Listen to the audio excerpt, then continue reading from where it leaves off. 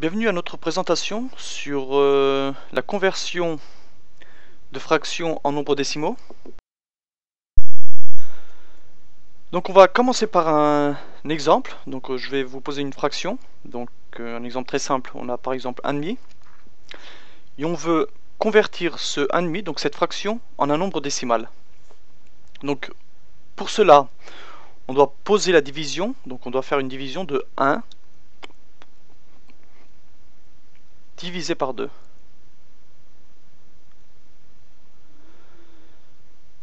Donc ici, en 1, combien de fois je peux avoir 2? Donc, comme 1 est plus petit que 2, je peux l'avoir 0 fois. Et donc 0 fois 2, 0. Donc 0, 0 moins 1, donc, ou 1 moins 0, ça me donne 1. Donc ici, c'est comme si j'avais des zéros inutiles. Donc maintenant je vais baisser ce 0 là. Et comme ce 0 que je viens de baisser après la virgule, donc ici je rajoute la virgule. Donc maintenant on a 10. Donc dans le nombre 10, combien de fois je peux avoir 2? Donc 5. 5 fois 2, 10. Donc 5 fois 2, 10. Et 10 moins 10, 0. Donc on n'a plus de reste, donc on a un reste nul de 0. Donc notre fraction, notre division s'arrête là. Donc on a 0,5. Donc le résultat de 1,5, de 1 divisé par 2, donc le résultat de cette fraction en nombre décimal, ça nous donne 0,5. Donc on va passer à un autre exemple, un peu plus compliqué, parce que celui-là était très facile. Donc 1 tiers.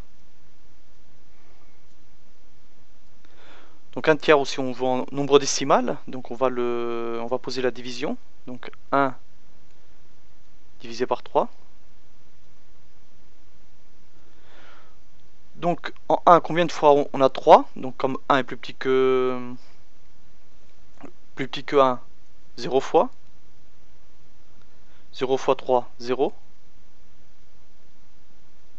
1 moins 0, 1. Donc ici c'est la même chose, on fait la virgule avec les zéros inutiles. Donc ici, à partir de là, je baisse ce 0. Donc comme il est après la virgule, je rajoute ici la virgule. Donc en 10, combien de fois j'ai 3? Donc ça me fait 3. 3 fois 3, 9. 10 moins 9, 1. Donc je rajoute un 0. Enfin je baisse ce 0 là.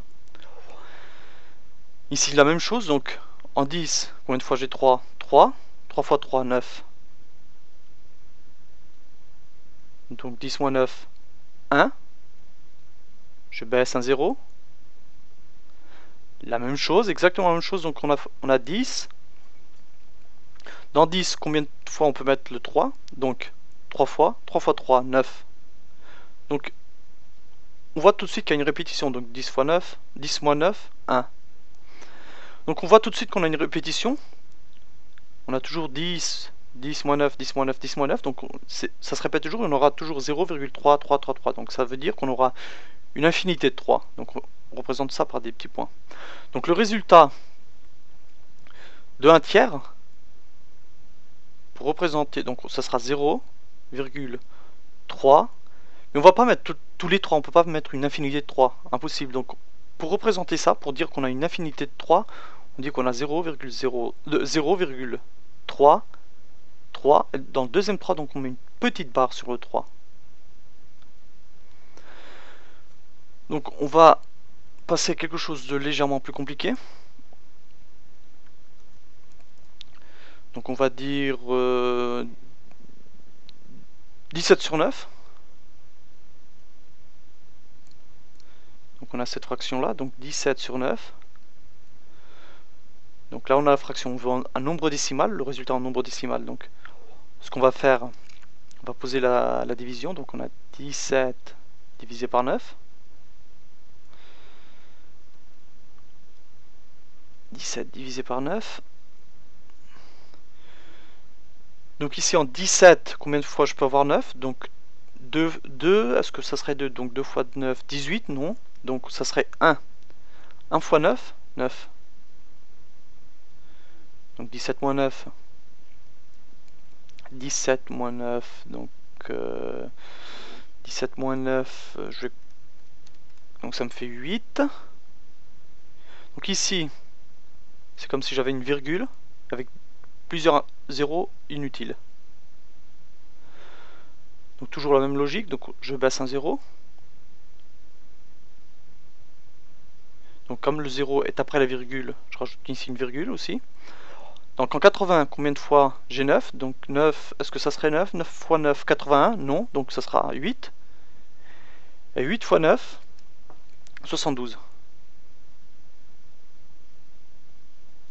Donc là, pareil, 80 moins 72, ça me donne 8. Et je baisse un 0.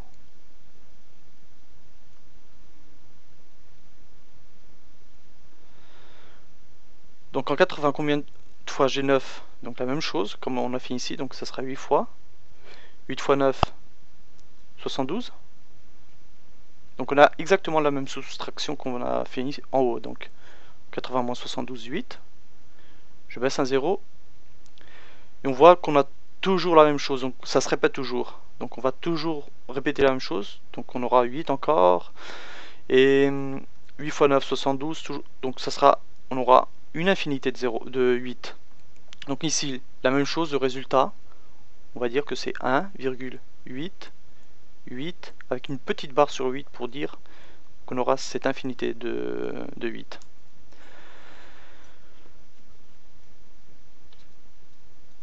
Donc là, cet exemple que je vais vous donner, donc il va être un peu différent des autres, des trois autres que je vous ai expliqué. Donc ça sera 17 sur 93. La même chose, on va poser la soustraction. Donc 17 sur 93. En 17, combien de fois je peux avoir 93? Donc 0 fois. 0 fois. Donc 0 fois 93, 0.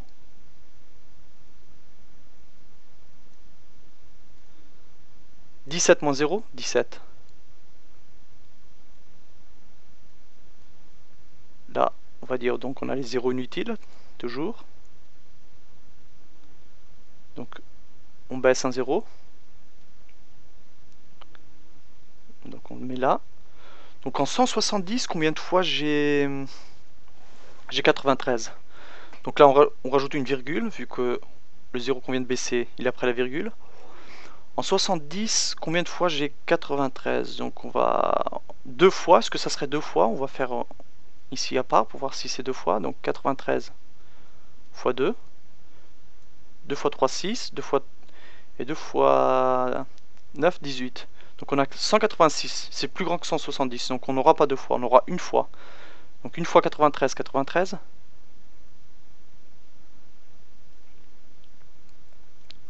On va faire la soustraction de... Donc de 3 jusqu'à 0 on peut pas, donc on en rajoute 10. Et là, on va rajouter une dizaine. Donc on aura 9 plus 1, 10. Donc là, ça sera 10. Et pas 9. Donc de 3 jusqu'à 10, on a 7. De 10 jusqu'à 7, on ne peut pas le faire. On va rajouter 10. On aura 17 ici. On rajoute une dizaine ici. Donc de 10 jusqu'à 17, on a 7. Et de 1 jusqu'à 0, 0. Donc là, la même logique. On va baisser un 0. Donc on a 770. En 770, combien de fois on a 93? Donc on réfléchit un peu, on doit en voir à peu près... Est-ce que ça serait 9 peut-être? Donc 93 fois 9. 93 fois 9, donc 9 fois 3, 27. Je marque 7, je retiens 2. 9 fois 9, 81. 80 plus 2, 83. Donc j'ai 837. Donc 837 c'est plus grand que 770. Donc c'est pas ça. Donc peut-être 93 fois 8. Est-ce que ça donnerait un nombre proche de 770. On va voir. 8 fois 3, donc 8 fois 3 ça nous donne 24.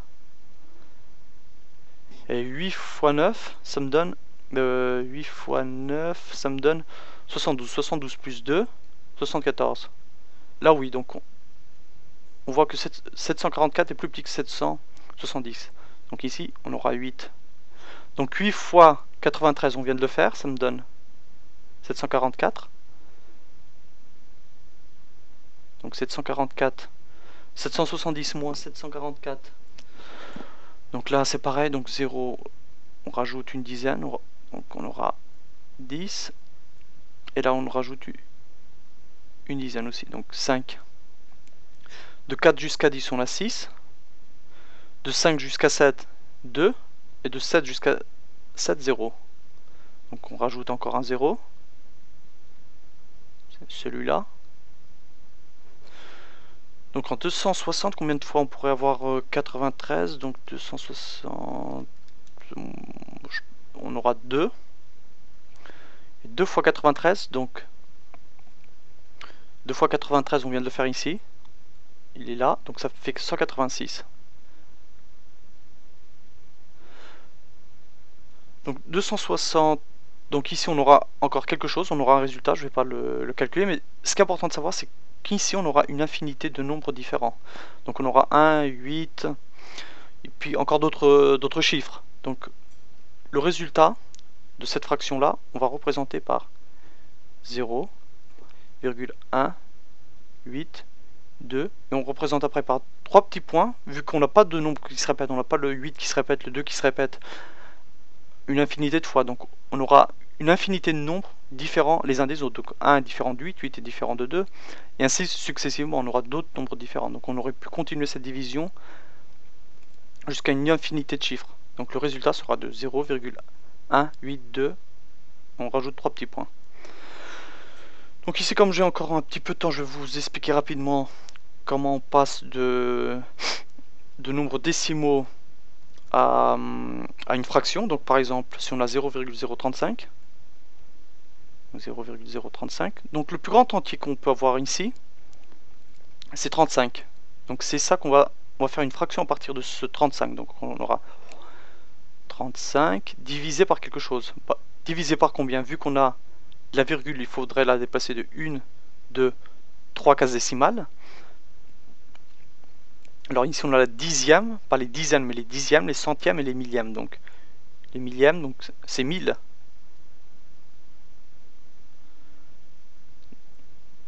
Là on vient passer donc d'un nombre décimal à une fraction.